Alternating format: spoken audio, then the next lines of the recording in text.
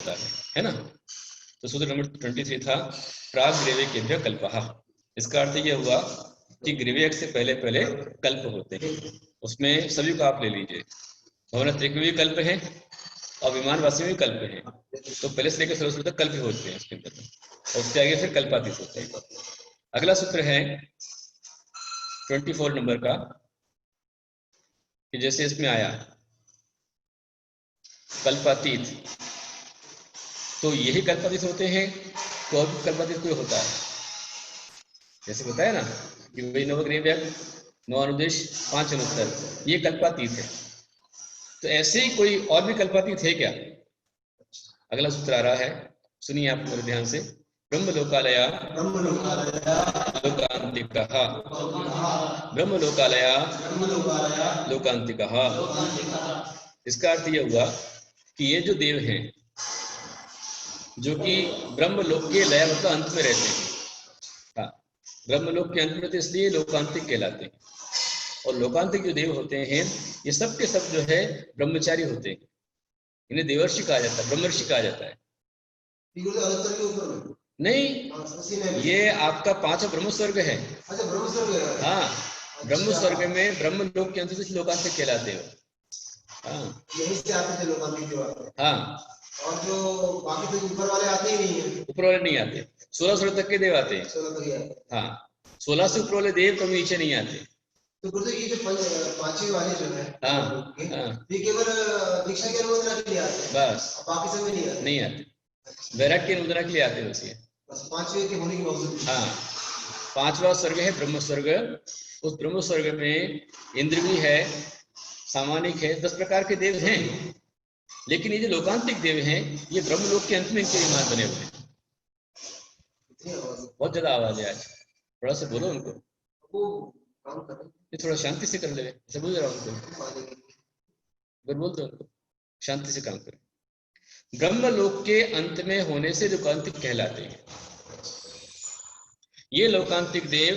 एक तो ब्रह्मलोक के अंत में लोकांतिक कहलाते हैं, दूसरे ये जो हैं यहाँ जो पंचम काल में जो मुनि बन करके निरतिचार साधना कर रहे हैं, ब्रह्मचर्य की, संयम की निरतिचार साधना करते हैं, महाव्रतों की पालना करते हैं, घोर व्रतों का पालन करते हैं, ऐसे मुनिराज ही वहां जाकर लोकांतिक देव बन सकते हैं। ब्रह्मचर्य का जो निरतिचार पालन, हाँ, बड़ा विचित्र सा लगता है। कई बार आपने जागृत अवस्था में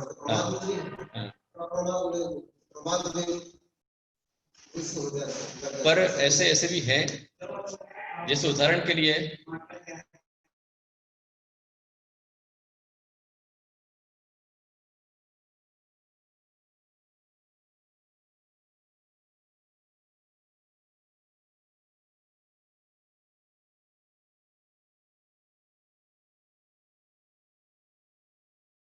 हुए हैं, ऐसे महान आचार्य हैं।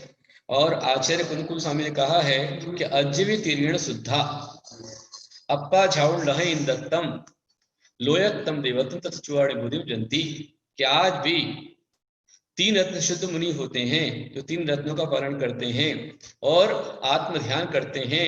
आत्म ध्यान करते हुए या तो इंद्र बनते हैं, दक्षिण इंद्र बन जाते हैं, या लोयत्तम देवत्तम लोकांतिक देव बनते हैं। तत्चुआ वहां से च्युत होकर के निबुधिम निर्वाण को प्राप्त करते हैं। तो ये लोकांतिक क्यों कहलाते हैं? क्योंकि लोकांतिक देव जो हैं ये सभी देव नियम से एक भावतारी हैं। सुनते ब्रह्मलोक से आगे जब ये लौट कर आते हैं इस संसार में, ये दो, एक तो ब्रह्मलोक के अंत में रहते हैं लोकांतिक है, दूसरा आगे मनुष्य बनेंगे और मनुष्य बन के मुनि बनेंगे, कर्म काटेंगे और मोक्ष जाएंगे, ये तय है। इसलिए लोकांतिक कहलाते हैं। लोकांतिक देव देव होकर भी ब्रह्मर्षि हैं, नियम संयम ब्रह्म का पालन करते हैं, आनंद के साथ में रहते हैं। और इनके नाम बताए जा रहे हैं, कौन कौन से इनके नाम हैं। सूत्र नंबर है 25 नंबर का, बोलिए। सारस्वता, दित्य, वन्य, यरुण, गरुत्वय, तुषिताव्यवध, दूषिताव्या बाधा दृष्टाश्च सारस्वता द्वितीय वन्नी यरुण गर्द द्वय दूषिताव्या बाधा दृष्टाश्च। इसका अर्थ हुआ सारस्वत, आदित्य, वन्नी, अरुण, गर्दद्वय, दूषित, अव्याबाद और अरिष्ट, ये इन देवों के 8 प्रकार के देव होते हैं। हाँ, ये इनकी संज्ञा है, उसके पीछे कारण है। इनको नाम इस तरह क्यों है? सारस्वत, तो सारस्वत का मतलब क्या है कि ये 14 पूर्व ज्ञाता होते हैं, जैसे सारस्वत कहलाते हैं। पहले हमारे ग्रंथों में जिन आचार्यों ने बड़े बड़े सिद्धांत ग्रंथों की रचना की, सारस्वताचार्य उन्हें कहते थे, उनको सारस्वताचार्य। और जो ज्ञानी प्रबुद्धाचार्य बोलते थे। तो आज सरस्वताचार्य जो है नाम के, पर वो सारस्वताचार्य जो थे सिद्धांत शास्त्र ज्ञाता थे बिल्कुल। हाँ, सारस्वत 14 पूर्व ज्ञाता सारस्वत कहलाते हैं। और सूर्य के समान इनकी आभा होती है, इसलिए ये वन्नी कहलाते हैं। दूसरा भेद वन्नी है ना, वन्नी। आदित्य सूर्य, और हाँ, आदित्य मतलब सूर्य है, तो आदित्य हो गई है। और आदित्य हो गया, उसके बाद में वन्नी। तो वन्नी भी जो है मतलब वो उनके अंदर आभा चमक, अग्नि की समझ से वन्नी कहलाते हैं। और अरुण, तो जिनकी कांति सूर्य के समान हो, बिल्कुल उदित हो सूर्य के समान, इसलिए अरुण कहलाते हैं। और शब्द मतलब गर्द है, और जय मतलब तोय है। तो जिनके मुख से शब्द जल के प्रवाह की तरह निकलते हैं, गर्द तोय वो कहलाते हैं।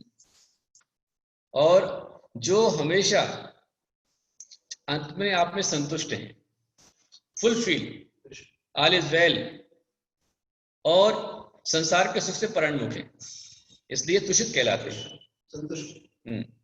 संतुष्ट एकदम तुषित है। और जिनमें कामादि की बाधा नहीं है, कामजन्य बाधा नहीं, इसलिए अव्याबाद कहलाते हैं। और जो अकल्याण करने वाला कार्य नहीं करते, वो अरिष्ट कहलाते हैं।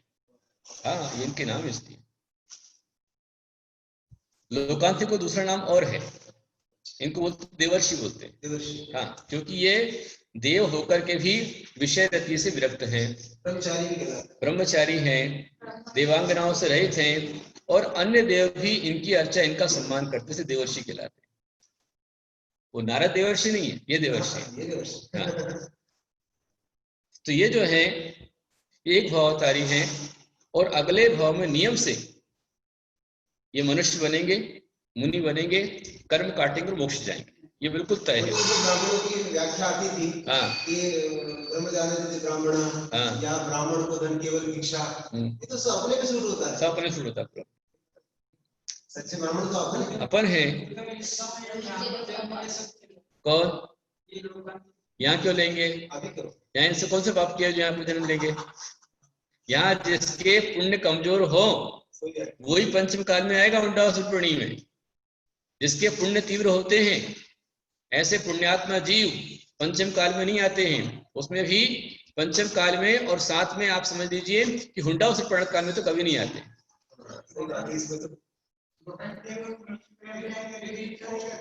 अरे बाबा जी, यहाँ मोक्ष हो रहा है क्या? मोक्ष कहां से हो रहा है? जहां से मोक्ष हो रहा वहां पर जाएंगे वो। जो लोकांतिक देव हैं, वे जब वहां से च्युत होंगे, तो जहां से मोक्ष मार्ग प्रारंभ चल रहा है, ऐसे मोक्ष मार्ग के स्थान से विदेह क्षेत्र पंच महाविद्यों में वहां जाएंगे। और जब यहाँ चौथे काल में मोक्ष मार्ग चलता, तब वो यहाँ पर आते हैं, तब आ सकते हैं। पंचम काल में, छठे काल में ऐसे उत्तम देव कैसे आएंगे? तो उनके देवर्षि होने का मतलब क्या निकलेगा? अच्छा, मतलब 16 स्वर्ग तक देव थे। हाँ, और फिर उनमें तो एक विशेष डिफरेंस ये हो जाएगा कि ये अनुमोदना के कारण से वैराग्य की एक भावना हो जाती है। बिल्कुल, अन्य देवों के साथ ऐसा नहीं होता है ना। उनको कैसे अन्य में दक्षिणेंद्र है, शची इंद्राणी है, लोकपाल है, ऐरावत हाथी के जो ऐरावत हाथी है, ऐरावत हाथी आयुग जाति का देव है, सामान्य देव है। लेकिन वह हाथी भी जब भगवान को अपनी पीठ पर लेकर जाता है जन्म कल्याणक के समय पर, उसी पुण्य से वह भी निकट भव्य होता है, एक अवतारी होता है। शची इंद्राणी, शची है, सुनिए आप सभी ध्यान से, शची इंद्राणी है, पर शची भी मात्र जिन बालक के तीर्थंकर के प्रथम दर्शन करने का व्यक्ति परिणाम विशुद्धि पाती है कि अपने स्त्रीलिंग का छेद कर देती है और इंद्र से पहले मोक्ष चली जाती है। जो सच्ची है, हाँ, देवियां है, हाँ, वो दो अवतारी होना चाहिए। क्यों होना चाहिए? क्योंकि वो संयम नहीं वो छेद करने के लिए स्त्री पर्याप्त है, फिर वहां से छेद करके यहाँ मनुष्य बनना पड़ेगा। आपका थोड़ा सा ज्ञान कमजोर है। स्त्री लिंग के छेदन के लिए संयम की आवश्यकता नहीं है, ये ध्यान रख लेना। सम्यक तो ही स्त्री लिंग के छेदन सबसे बड़ा कारण है। यहाँ जन्म लेके पुरुष नहीं, मुनि बन मोक्ष नहीं। आगम वाक्य ये प्रतिष्ठा ग्रंथों में स्पष्ट आया हुआ है और हमारे सिद्धांत ग्रंथों में आया हुआ है।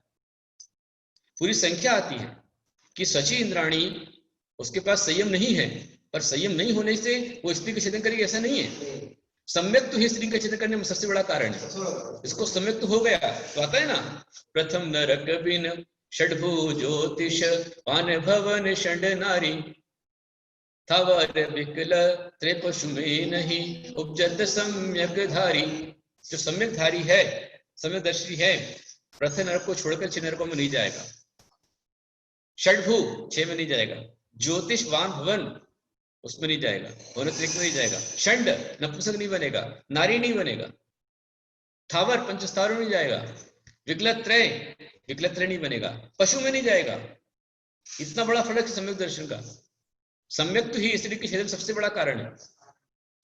संयम की उधर आवश्यकता नहीं है। संयम को तो बहुत बड़ी बात हो गई। पर्याय धारण की लिमिट है, पर सम्यक दर्शन की कोई लिमिट ही नहीं है। हाँ, चाहे जो अपना है वो सब आगे। तो शची इंद्राणी जब जिन बालक का पहली बार दर्शन करते थे, भगवान का दर्शन करती है, दर्शन करते परिणाम विशुद्धि इतनी उसकी हो जाती है कि अपने सम्यक को प्राप्त करती है और स्त्रीलिंग का छेदन कर लेती है। और अगले भाव में नियम से एक भावतारी है वो, जैसे ही अगले भाव उसका होता है 5 पल्ले के बाद में, तो वो आकर के यहाँ पर मनुष्य बनती है, मुनि बनती, कर्मकांड मोक्ष चली जाती है। कारण उसके पीछे, इसके पीछे में इनका, हाँ, इसलिए कहा हुआ है कि एक सौधर्म इंद्र के जीवन में 40 नील इंद्राणियां, 40 नील, क्योंकि सौधर्म इंद्र की आयु होती 2 सागर की और इंद्राणी की आयु होती सिर्फ 5 पल्ले की। हाँ, इंद्राणियों की पल्ले से ज्यादा नहीं है।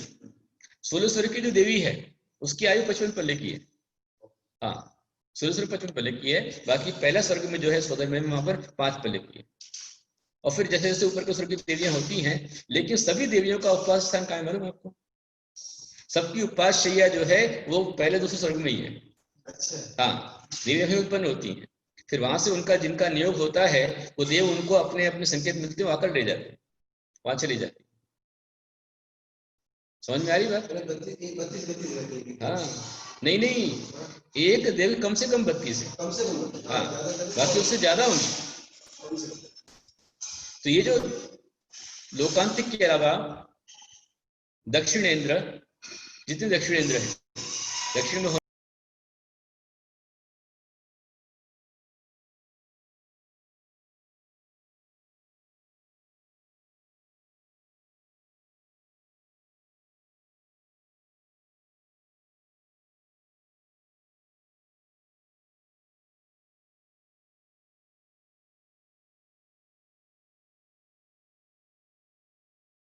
भी ध्यान दीजिए। आपको मेरी आवाज आ रही है अच्छे से? मिंटी भैया, क्या आप सभी को आवाज आ रही है मेरी?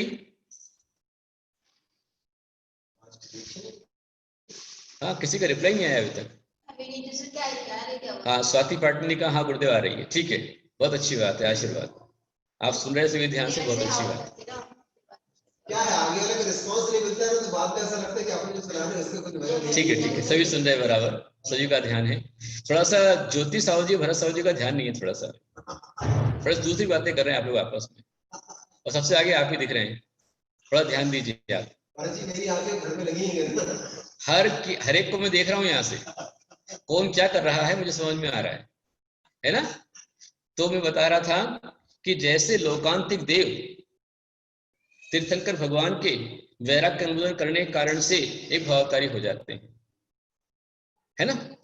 इसी प्रकार से दक्षिणेंद्र भी भगवान की भक्ति करने के कारण से, परिणाम विशुद्धि से, वह भी एक भावकारी हो जाते हैं। और जितनी भी शची है सोदर इंद्र की इंद्राणी जो भी होगी, अकेले शची को है मानिए, हर एक को नहीं।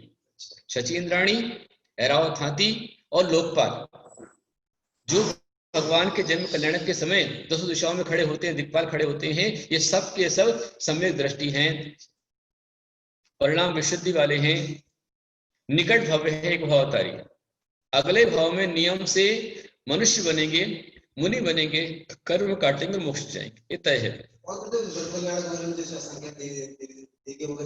हाँ, हो सकती है। कौन? जो आती है पंचकरण गर्भकरण में आती है, उनका ऐसा उल्लेख नहीं आया है, उनका उल्लेख ऐसा नहीं आया है। लेकिन जो भी भगवान के समोषण में गया है, तीर्थंकर समोषण जो भी जाता है, चाहे वो भुवनवासी हो, व्यंतर हो, ज्योतिषमान वासी हो, तो वो सबके सब समय दृष्टि ही अंदर जाएंगे। पहली बात तो ये समय दृष्टि जाएंगे, और जो समय दृष्टि वो निकट भव है सभी। इतना अच्छा वर्णन आपने इसका बताया। हाँ, देव वगैरह इस प्रकार के रहते हैं। हाँ, अच्छे रहते हैं। हाँ, अब पंचकल्याण को क्यों नाटक में ऐसा दिखाते हैं? ये जो ऐसा दिखलाते हैं ना, ये सब का सब ये जो है मतलब उनका अवर्णवाद करना है ये, बिल्कुल। हाँ, ये जो पंडित हैं, कलाकार हैं, लोगों को हंसाने मनोरंजन करने के लिए जो पगलापन दिखलाते हैं यहाँ पर, ये सब उन देवों का अवर्णवाद करना है। एक भी देव भगवान के समोषण में आता हो देवों को छोड़ दीजिए आप, त्रियंच प्राणी भी क्यों ना हो, बंदर कितना चपल है, लेकिन बंदर भी भगवान के समोषण में जाएगा तो एकदम अनुशासन में जाएगा, शालीनता के साथ में जाएगा, वहां पर अभद्रता नहीं करेगा। अब उस देव का नाम पिशाच है, उसको सब गलत है, गलत गलत, पूरा गलत, पूरा गलत है।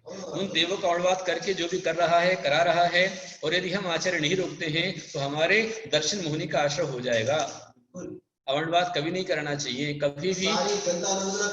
और ऐसे ही भगवान का गर्भ कल्याण का समय आता है, गर्भ कल्याण में जो रत्न बरसते हैं तो फकीर वहां पे आते हैं, भिखमंगे आते हैं, भिखारी आते हैं, ये सब गलत है। जो तीर्थंकर जैसा महापुरुष हो, क्या उनके राज्य में ऐसा कोई कंगला नंगा रहे, कोई भिखारी रहेगा? कोई नहीं हो सकता। जिनके बहुत पुण्य हैं, ऐसे पुण्यात्मा जीव उनके आसपास में रहेंगे, ये जान के चलिए। आप सामान्य व्यक्ति नहीं जा सकता, जिसके पुण्य में कैसे जाएगा? Who else go to समोशरण from Ranjan?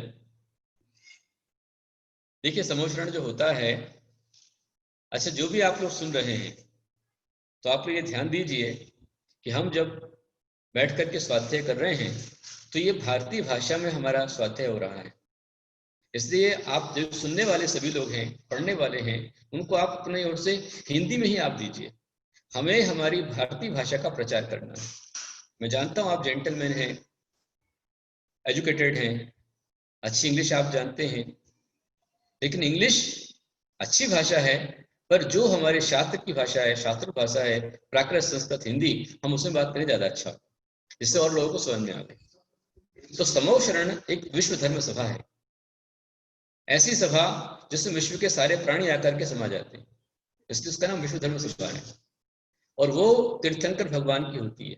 जब तीर्थंकर भगवान केवल ज्ञान प्राप्त कर लेते हैं, अरहंत बन जाते हैं, तब उनकी सभा लगती है, समोषण कहा जाता है। उसमें सबको समान शरण मिलती है। कितना ही बड़ा से बड़ा इंद्र भी क्यों ना हो, तो अपने कोठे में ही जाकर के बैठेगा, वीआईपी ट्रीटमेंट वहां नहीं मिलेगा। गणधर भगवान है तो गणधर भगवान मुनिराज कोठे में जाके बैठेंगे, मुनि कोठे में, और अन्य कोई केवली रहे वहां पर तो उनका भी स्थान वही मुनि कोठे में रहेगा। हाँ, गंधकुटी लगी रहेगी उनकी, लेकिन वहीं पर रहेंगे। गणनी आर्य का माता जी भी हो तो उनको आर्य का माता जी कोठे में बैठना है, और सारी श्राविका वहां बैठेंगी। जो देव हैं वो अपने कोठे में ऑटोमेटिक चले जाएंगे, भवन राशि में, व्यंतर में, ज्योतिष में, और विमान राशि में, तो अपने अपने बैठते हैं। समोषण उसे कहा जाता है। तो समोषण में जो जीव जाते हैं वो सब नियम से सम्यक दृष्टि होते हैं, और वहां इस तरह का अभद्रता, उच्छृंखलता कोई भी देव कदापि नहीं करेगा, परिणाम ही नहीं होंगे। पुरुषों के लिए अलग से कोठा रहता है, हाँ, फिर स्त्रियों के लिए क्यों नहीं रहता? क्यों नहीं है? नायकों के साथ में करें। हाँ, योग है, नियोग होने चाहिए। संख्या भी 3 गुना ज्यादा है, उसके बावजूद के साथ उससे ज्यादा भी समझ आएंगे। हाँ, आर्य का मत के साथ बैठे परिणाम शुद्धि ज्यादा है, ज्यादा। हाँ, मुनि बहुत ऊंचे परिणाम हो गए। हाँ, और आरिका माता से श्राविकाएं सेट हो जाती हैं, उनके साथ रहकर के वो आरिका बन जाती हैं, परिणाम अच्छे बन जाते हैं। तो इस तरह से ये जो भवनत्रिक देव हैं, इनको छोड़ करके अपने कल्पवासियों को समझा, और कल्पवासियों में जो पांचों ब्रह्मलोक है, उस ब्रह्मलोक में लोकांतिक देव हैं। ये लोकांतिक देव देवर्षि ब्रह्म ऋषि कहलाते हैं। वे सभी देवियों से रहित होते हैं, ब्रह्मचर्य के धारी होते हैं। है उनके असंयम, संयम नहीं है, लेकिन देवी नहीं है वहां पर। हाँ, और ये सभी निकट भव्य हैं। जब भी तीर्थंकर भगवान का वैराग्य होता है तो दीक्षा कल्याणक से पहले ये लोकांतिक देव आते हैं, भगवान के वैराग्य की अनुमोदना करते हैं। अकेले अनुमोदना ही नहीं करते हैं, भगवान तीर्थंकर के आशीर्वाद से पूजा करते हैं। हाँ, एक ध्यान रखना आप, लोकांतिक देव सारे बाजे बंद करा दिए जाते हैं, बिल्कुल शांति से आते, सब गलत है। लोकांतिक देव जब आते हैं तो अच्छी संगीत भक्ति के साथ में तीर्थंकर भगवान की जो वैरागी जीव है उनकी पूजन करते हैं, उनका अनुमोदन करते हैं, उसके बाद जाते हैं। और इसी अनुमोदन के कारण से वे भवावतारी हो जाते हैं। जो जो देव देवियां भगवान की सेवा में लगते हैं वो सब के सब निकट भव्य हैं, बहुत निकट भव्य। तो ये इस तरह से होता है। फिर प्रश्न उठा कि भाई लोकांतिक देवों के समान क्या अन्य देवों को निर्वाण प्राप्त होने की योग्यता होती है? तो अगला सूत्र आ रहा है नंबर 26, बोलिए। विजयादिशु द्विचर्मा, विजयादिशु द्विचर्मा। अर्थ क्या हुआ कि विजयादिक में रहने वाले जो देव होते हैं वो द्विचर्म शरीरी होते हैं। विजयादिशु मतलब विजय, वैजयंत, जयंत और अपराजित, ये चार जो अनुत्तर हैं, इनमें रहने वाले जो देव होते हैं ये सब के सब देव जो हैं वे दो भाव धारण करते हैं, द्विचर्मा। तो देखो आप, विजयादिशु द्विचर्मा मतलब उन अनुत्तर में रहने वाले जो देव हैं उनसे ही विशेष पुण्यात्मा वो देवियों की शची इंद्राणी। शची इंद्राणी हालांकि परिणाम विशुद्धि इनकी ज्यादा है, इनका काल ज्यादा है, पर इनसे पहले एकमात्र जिन भक्ति कारण से, जिन भगवान का प्रथम दर्शन के कारण से, परिणाम विशुद्धि से, और भगवान का जो अभिषेक को इंद्राणी करती है, शची इंद्राणी अभिषेक करती है और गोद में लेकर आती है। सबसे पहले शची इंद्राणी ही जिन बालक को गोद में लेती है, एक अपेक्षा माता से भी अधिक सौभाग्यशाली शची है। एक बात ध्यान रखना, मां जन्म देगी, मां निकट भव्य है, पर शची एक भावतारी है और उससे पहले उठाती है, वो मां से पहले वो दर्शन करती है, हाथ में लेती है, और जैसी हाथ में लेती है इतनी परिणाम विशुद्धि उस शची की होती है कि उससे वो अपने भाव के मिथ्यात्व का छेद कर देती, उस समय ही सीलिंग का छेदन कर लेती है, और वह उस भक्ति कारण अगले भाव में अवश्य में मोक्ष जाती ही जाती है, तय पक्का है। ऐसे महान परिणाम उसके हो जाते हैं। तो एक बात और ध्यान दीजिए आप सभी कि आखिर कौन तीर्थंकर की माता बनती है? दक्षिणी मतलब ऐसा होता है कि जो स्वर्ग होते हैं उन स्वर्गों में एक दक्षिण स्वर्ग, एक उत्तर स्वर्ग है। इस सौधर्म स्वर्ग जो है दक्षिण में आता है, ईशान उत्तर में आता है। सानत कुमार दक्षिण में है, महेंद्र उत्तर में है। इस तरह से जो भी पहला है वो सभी दक्षिण में आते हैं, बाद वाला उत्तर में आता है। तो जो भी दक्षिण स्वर्ग में इंद्र होंगे वे सभी इंद्र दक्षिणेंद्र कहलाते हैं। दक्षिण इंद्र, दक्षिणेंद्र। और जो भी दक्षिणेंद्र होते हैं वे सब के सब नियम से अगले भाव में मोक्ष जाते ही जाते हैं। निकट भव एक भावतारी है, निकट भव नहीं है, एक भावतारी है, चरम शरीरी है। विजयादिशु द्विचर्मा, विजय आदि के जो देव हैं वो द्विचरम शरीरी हैं। अगले भाव में दो मनुष्य भाव धारण करके फिर मोक्ष जाएंगे।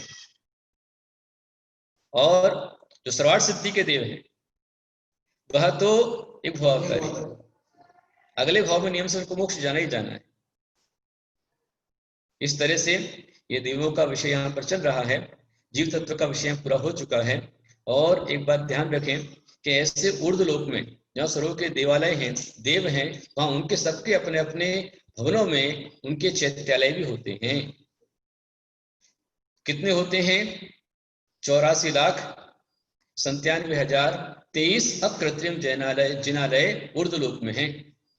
84,97,023 अकृत्रिम जिनालय वहां पर होते हैं। उसमें कितने होते हैं? तो सौदर्म स्वर्ग में 32 लाख जिनालय, सौदर्म स्वर्ग में 32 लाख है, और ईशान में 28 लाख है। सानत कुमार स्वर्ग में 12 लाख है। हाँ, महेंद्र में 8 लाख, ब्रह्मोत्तर में 4 लाख, लांतव कापिष्ट में 50,000, शुक्र महाशुक्र में 40,000, चतार सहस्त्रार में 6,000, आयत प्रणत में 700, आयत प्रणत पूरे 700 है, और यदु ग्रह में 111, मध्यम ग्रह में 107, उर्दू ग्रह में है 91। वाह क्या बात है। 9 अनुदेश में 9, पंचतंत्र 5 या कृत्रिम चैत्यालय वहां पर होते हैं। इस तरह से होता है। हाँ जी, एक प्रश्न पूछा है, लोकांतिक देव बनने के लिए पंचम काल में कौन सा पुरुषार्थ करना चाहिए और शची इंद्राणी कौन बनती है? बहुत अच्छा प्रश्न आपने किया है, और इससे लिंकेड प्रश्न बिल्कुल ये लगा हुआ है, इसलिए आपको उत्तर दूंगा।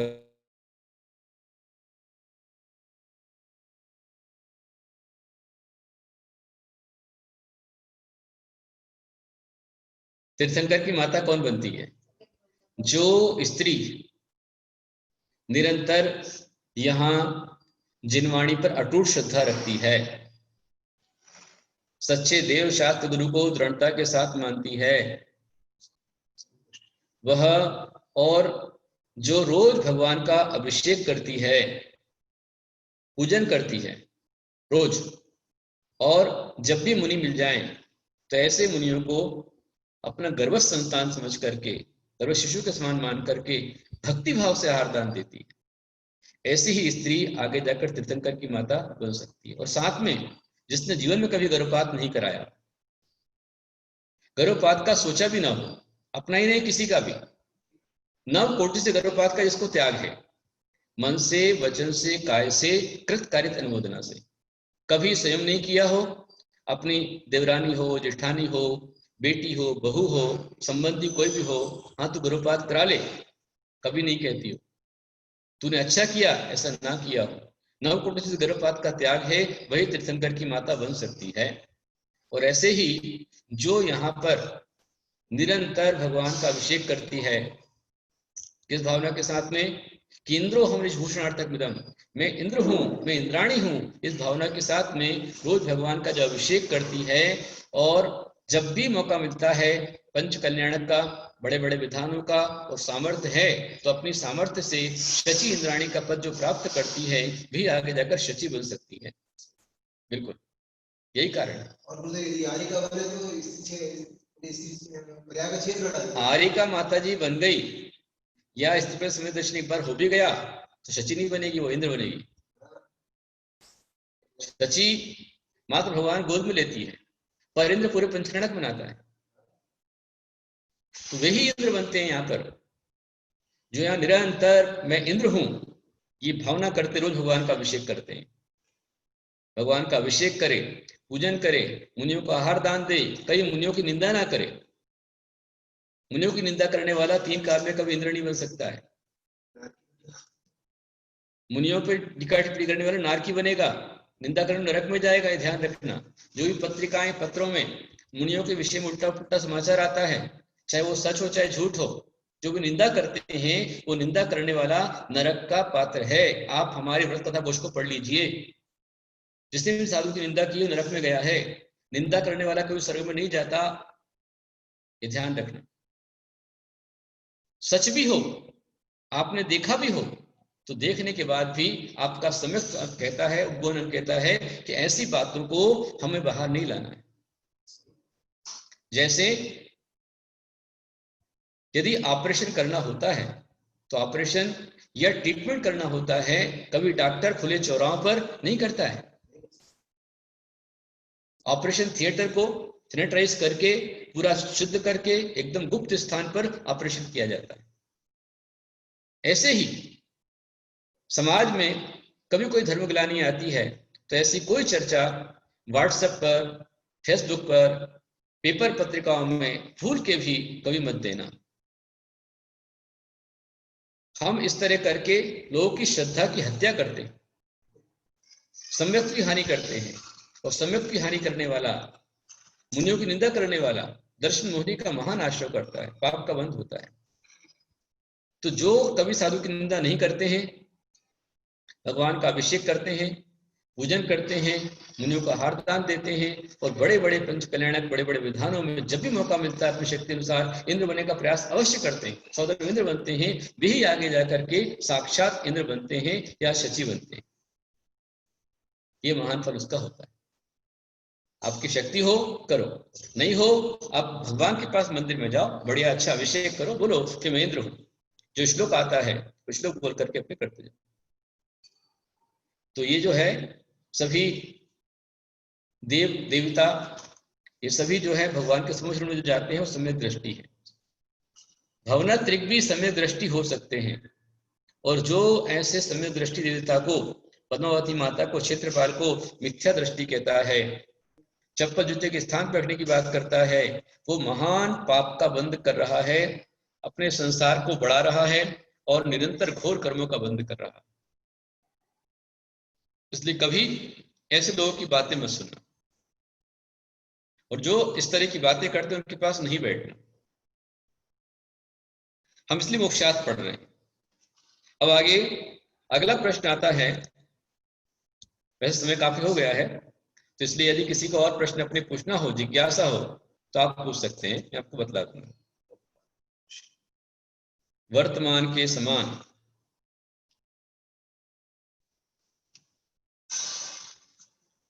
क्या है ये? वेत्रमण के समान, भुजग और मुंह के समान, इन तीनों शब्दों का मीनिंग क्या होता है तीसरे अध्याय में? अच्छा, वेत्रमण और भुजग और मुगा, ये किस सूत्र में आया हुआ है?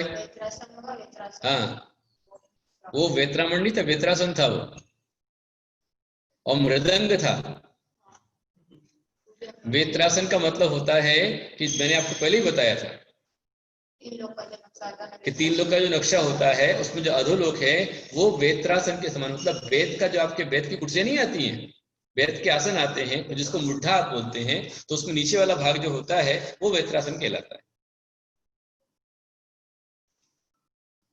और किसी कैपेसिटी ना हो, पर वो भावना भाई कि मुझे शची बनना है या सौधर्म इंद्र भी, कोई बुराई नहीं है। मैं तो बोल ही रहा हूं आपसे कि आपकी शक्ति हो तो आप पंचकर्णक में बनिए, नई शक्ति है रोज भगवान का अभिषेक कीजिए ना, सही बात, मंदिर में जाइए, बढ़िया भगवान को विराजमान कीजिए। रोज आपको यदि इंद्राणी बनना है, मौका है अच्छा, बिल्कुल अपने घर में गृह चैतन्य रख लो, गृह चैतन्य विराजमान कर लो, नहीं तो मंदिर में चले जाओ, मंदिर में जाकर के बढ़िया अपनी थाली के अंदर में अपनी ये जो भाग्य वाली उंगली है, मध्यमा शनि वाली उंगली है, अथवा सूर्य वाली अनामिका उंगली, इस उंगली से आप थाली में श्रीकार लेखन करो। श्री के लिए बहुत सुंदर वर्णन आया हुआ है। हमारे आचार्य कहते हैं, श्री शारदा सुमुख निर्गत बीज वर्णम, श्री मंगलीक वर सर्वजनस्य नित्यम, श्रीमत् स्वयं क्षयति तस्य विनाश वेग्नम, श्रीकार वर्ण लिखितम जिन भद्र पीठे। इसका अर्थ क्या हुआ? श्री शारदा सुमुख निर्गत बीज वर्णम, जो शारदा का बीजाक्षर है और भगवान के मुख से निकला हुआ है। श्री मंगलीक, और श्री है मंगल चिन्ह है, मंगल करने वाला। वर अर्थात उत्तम है, सर्वजनस नित्यम, हमेशा लोगों का नित्य मंगल करने वाला। श्रीमत् स्वयं, स्वयं श्रीमान, क्षय तस्य विनाश विघ्नम, और जो श्रीकार लिखता है उस श्रीकार लिखने वाले के विनाश का, विघ्नों का विनाश करने वाला है। ऐसे श्रीकार वर्ण लिखितम, जिन भद्र पीठे जहां भगवान को विराजमान किया जाता है उस थाली में श्रीकार लेखन करना चाहिए। जो इस उंगली से, अनामिका से या मध्यमा से श्रीकार लेखन करेगा, उसके निश्चित रूप में उसके हाथों में श्री का वास हो जाएगा, श्रीनिवास हो जाएगा। और ये लिखने से आपके लिए इस भाव में आपके अज्ञान अंधकार का नाश होता है। भगवान ने लक्ष्मी कहने का रास्ता सबसे पहले खुद के विषय से बताया। हमारे माता जी बहुत अच्छी बात बोल रहे हैं आपसे, बहुत अच्छा विषय माता जी ने बताया कि तीर्थंकर भगवान ने प्रतिष्ठा ग्रंथों में अभिषेक की विधि में आपको श्रीमान बनने के लिए सीधा सीधा रास्ता बता दिया है कि आप रोज मंदिर में जाइए, इन हाथों से मध्यम अनामिका से आप श्रीकार लेखन कीजिए, जो लिखेगा वो श्री संपन्न हो जाएगा, उसके अंतराय का विनाश होगा और ज्ञानावरण का विनाश होगा। दोनों श्री लिखा तो श्री लिखने से आपको बजरंग लक्ष्मी भी आएगी, अंतरंग लक्ष्मी भी आएगी। यहाँ तो श्री आया हुआ है भगवान के नीचे, जहाँ मंडला बनता है विधान का वहां पर हरि ओम वगैरह लिखे जाते हैं, पर जब भगवान को बिठाना अभिषेक वहां पर श्री लिखाना चाहिए। और जहाँ पूजन करते उस थाली में स्वस्तिक लिखा जाता है, जहाँ अष्टद्रव्य चढ़ाना है वहां पर स्वस्तिक, जहाँ मंडला बनेगा वहां पर हरिम ओम, और जहाँ भगवान को श्री लिखना चाहिए, वो श्री जी है। तो श्री पर श्री जी को विराजमान करने से जो अपने भावना भाई है, कैपेसिटी नहीं है, कैपेसिटी आ जाएगी आपको। लो श्री लिखो, भगवान को विराजमान करो, अभिषेक करते जाओ। हाँ, अपन श्री जी का अभिषेक बोलते हैं। उत्तर भारत में भगवान को श्री जी कहा जाता है, श्रीमद जिनेन्द्र। तो ऐसी भावना करना निदान नहीं है, क्योंकि भगवान को उत्कृष्ट भक्ति करने वाला इंद्र ही होता है, और इंद्र बनने की भावना करना अभिषेक के लिए, पूजन के लिए, इसमें निदान का कोई विषय नहीं है। हाँ, यदि मैं इंद्रपति कामना करूं कि मुझे इंद्र का सुख मिले, वैभव मिले, ये सब मिले, तो निदान होगा। पर भगवान के अभिषेक के लिए आप इंद्र बन रहे हैं तो निदान की श्रेणी में नहीं आता। क्षेत्रपाल बाबा का अभिषेक स्त्री कर सकती है क्या, ये आपने प्रश्न पूछा है। कोई रंजना जैन करके है, रंजन जैन है।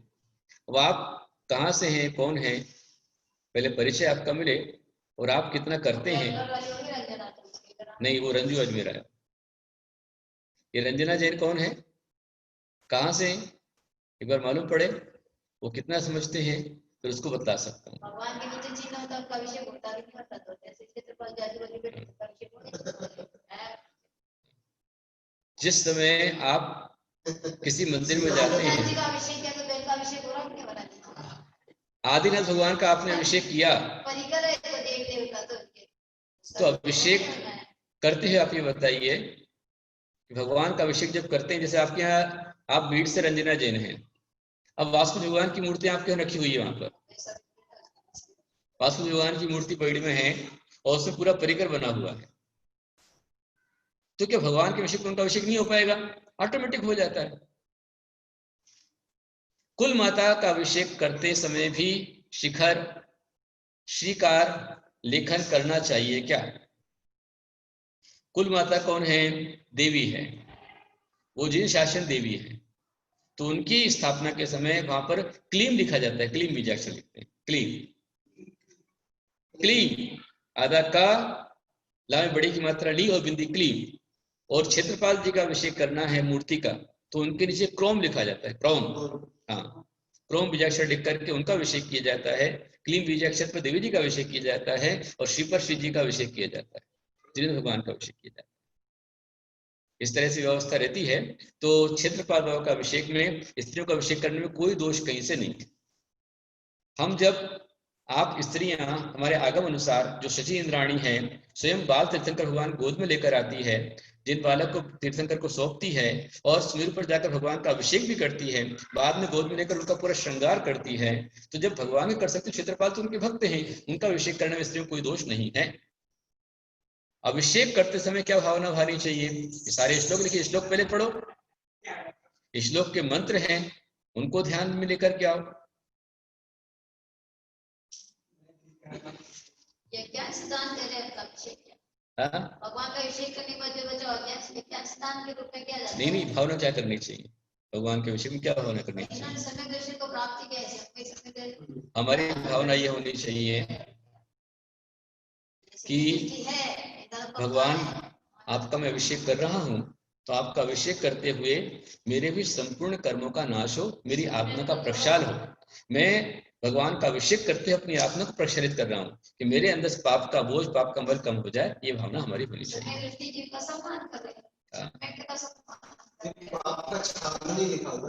बिल्कुल, हाँ। पापा चरण तज नवन करता, चित्त में ऐसे धरो, साक्षात श्री अरहंत का मानो नवन पर्शन, ये भावना आती है। सरस्वती और लक्ष्मी माता के नीचे भी क्लीन ही लिखना चाहिए और उनको लिख करके फिर आपको भगवान उनका अभिषेक करना चाहिए, कोई बुराई नहीं है। कुल माता है तो उनका भी जो कुल देवी है, जिन शासन देवी है, ये सारी कुल देवियां जो वहां पर विराजमान है कर्णपुरा के अंदर में, ये सब की सब जो वहां विराजमान की गई हैं। आप कहीं और उनके मूल स्थान पर जाते हैं वो कुछ और होगा वहां पर, लेकिन कर्णपुरा जो औरंगाबाद में है, राजा बाजार के पास में कर्णपुरा है, वहां जो 12 माता की स्थापना हुई है, एक बात ध्यान रख लीजिए, ये सारी की सारी देवियों का सारा विषय वहां के मंत्री सुरेश जी ठोले और जो अन्य लोग वहां पर थे, उन सब ने मिलकर के कि 12 माता कहाँ है, राजस्थान में कहाँ जाना पड़ता है, इसके लिए हम कहाँ जाएंगे, तो इसलिए यहाँ पर स्थापना करने के लिए वो लोग आचार्य श्री के पास में गए कुंथुगिरी, और आचार्य श्री कुंसागर गुरुदेव के निर्देशन में ये सारी 12 माताओं की मूर्तियां बनी हैं। और उसके पश्चात फिर जो है यहाँ पर गुरु आदेश से, उनके आदेश पर मैंने उनकी प्राण प्रतिष्ठा की है, तो इनकी सबकी स्थापना हुई है। और क्षेत्रपाल का अभिषेक महिलाएं आराम से कर सकती, कोई बाधा नहीं उसके अंदर, मैं एक बार बता चुका हूं। क्षेत्रपाल हो, पद्मावती माता हो, भगवान हो, सबका अभिषेक आराम से कर सकते हैं। और ऐसी पद्मावती माता का अभिषेक भी पुरुष आराम से कर सकते हैं, क्योंकि देवी की मूर्ति है। जब उन्हें माँ कहा है, घर में अपनी माँ होती है, तो घर में होने वाली जो माँ है, उस माँ के सिवा क्या बच्चे नहीं करते हैं? या पिता हो, उसकी सिवा क्या बच्चियां नहीं करती हैं? बेटियां उनको स्नान नहीं करा देती हैं? सब करा देती हैं। स्वयं चेलना सती ने, जब श्रेणिक ने मुनिराज पर उपसर्ग किया था, तो किसने उपसर्ग निवारण किया? चेलना सती वहां गई, उसने चंदन आदि द्रव्य लिया, मिठाइयां लेकर गई, सांप को सावधानी से निकाला, चींटियों को, और मुनिराज के सर्वांग पर, मुनिराज ध्यान मग्न थे और मुनिराज के सर्वांग पर चंदन का औषधि का लेप स्वयं चेलना सती ने किया है। और भगवान बाहुबली की बेलियां क्यों हटाते थे? वहां पर जो विद्याधरियां थी, देवियां थी, वो आकर के भगवान बाहुबली के पास जो बेल लताएं आती थी उनको हटाती थी, तो इसमें कोई बाधा नहीं है। जब गुल्लिका जी भगवान बाहुबली का अभिषेक कर सकती है, तो पुरुष वर्ग पद्मावती का अभिषेक क्यों नहीं कर सकते? है ना, ये छोटे छोटे प्रश्न है। और आप लोग कितना कर रहे हो उसको देखो, जो सार्थक प्रश्न उसकी बात करो, और जिससे आपके उन्हें विवाद और क्लेश वैसे प्रश्न मत करो, और स्वयं करके अपना कल्याण करो। ठीक है, इतना ही। आप सबके लिए बहुत सारा आशीर्वाद, क्योंकि फिर हमको अभी टाइम पर बराबर समय हो चुका है, और नहीं करने वाले में सारे उसमें जो पूछा है उसे फॉलो कीजिए, उसे अपनाइए, आचरण में लेके आइए और अपना कल्याण कीजिए। सभी के लिए मेरा आशीर्वाद। और यदि अब कल से एक काम कीजिएगा कि शाम के समय आप जब आते हैं इसमें स्वाध्याय के समय पर, तो अपने साथ में अर्घ लेकर के आइए। अर्घ लेकर के माता जिनवाणी को अर्घ चढ़ाइए, जिससे हमारे अज्ञान का विनाश हो, सही विनय हमारी, है ना। कल से अर्घ लेकर आना है और मुझे याद दिलाना है आप लोग को। और यदि अर्घ हो तो आप लीजिए, और हम लोग यहाँ से बोलते हैं, आप चढ़ाइए। लीजिए। यदर्थ मात्रा पदवाक्यहीनं मया प्रमादात् निर्किंचनोक्तं तन्मे क्षमित्वा विधातु देवी सरस्वती केवलबोधलब्धिं बुद्धि समाधि प्रणामशुद्धि तात्मापरब्धिं शिवसौख्यसिद्धिं चिन्तामणिं चिन्तनवस्तुदां वन्दे मानसमासुदेवीं हे जिनवाणी भारती त्वहित जो तेरा शरणालहे सुपावे सुखे जावाणी के ज्ञान ते सुचे लोकालो सोवाणी मस्तकरो सदा दे तोड़ो दे भजो अरिहंत प्रसे हो निर्गम व्याधि कालो सदा हे मुक्ति का पन धर्म कर संसार से धर्म कर निर्वाण धर्म पति साधे बिना नर्तरिंच समान अभिमान नहीं करो निंदा को निवारियो छोड़ो संसारी संग ध्यान को राचोर सुमति सुकरियो संग बड़ो उपकारी है मुनि मन निरंबल जैसो है गंगा पूजन घाटत करम बंद नव तत्वधारी है संयम करो जप 12 विधि धर्म ऐसे मुनिराज सबको वंदना हमारी है ऐसे ऋषिराज सबको वंदना हमारी है ऐसे श्री नंदी जी को वंदना हमारी है नमोस्तु भगवान निष्कालम चिमी वंदना नमस्कार दुखो तमोरा भोगिरा श्रीगण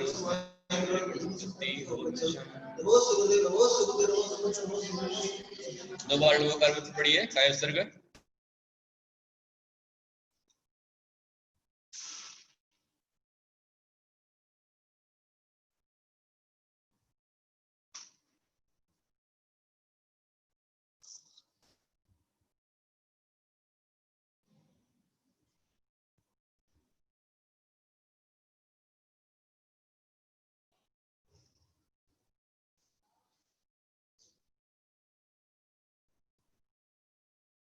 अर्घ लीजिए चढ़ाइए नीरगंध वस्त्र आदि अर्घ भाव से दिया आत्मिका मात भक्ति भाव से किया दिव्य देश नाम महान है दिलेश आपकी माते अर्चना हरे प्रवंचना विभाव की माते अर्चना हरे प्रवंचना विभाव की ओम मृदा शिव निर्वाणी मां चरणेभ्यो आचार्य महास्वामी गुरुदेव चरणेभ्यो जल फलादिर्गण पाम जी स्वाहा आचार्य श्रीकार चढ़ाइए आचार्य भक्ति नंदिनी नमः कर दिया कौशल्य देवी सबको माना मान कर दिया पूजा हमारी आपने स्वीकार कीजिए देव मुस्कुरा के आशीर्वाद दीजिए जय जय गुरुदेव के जय हो जय ओम प्रज्ञा की आचार्य भगत शिव जी गुरुदेव साक्षात विराजमान श्री चरण कमल प्रिय निरंतर को पामित जय बोले परम प्रज्ञा योगी दिगंबर जैनाचार्य श्री गुप्तिनंद जी गुरुदेव की जय। सबके माइक अनम्यूट कर दिए, आप गुरुदेव को नमोस्तु बोल सकते हैं। और इसी आईडी पे 6:30 बजे हम फिर से मिलेंगे महामृत्युंजय जाप भक्तांबर पाठ एवं चालीसा के लिए। नमोस्तु गुरुदेव नमोस्तु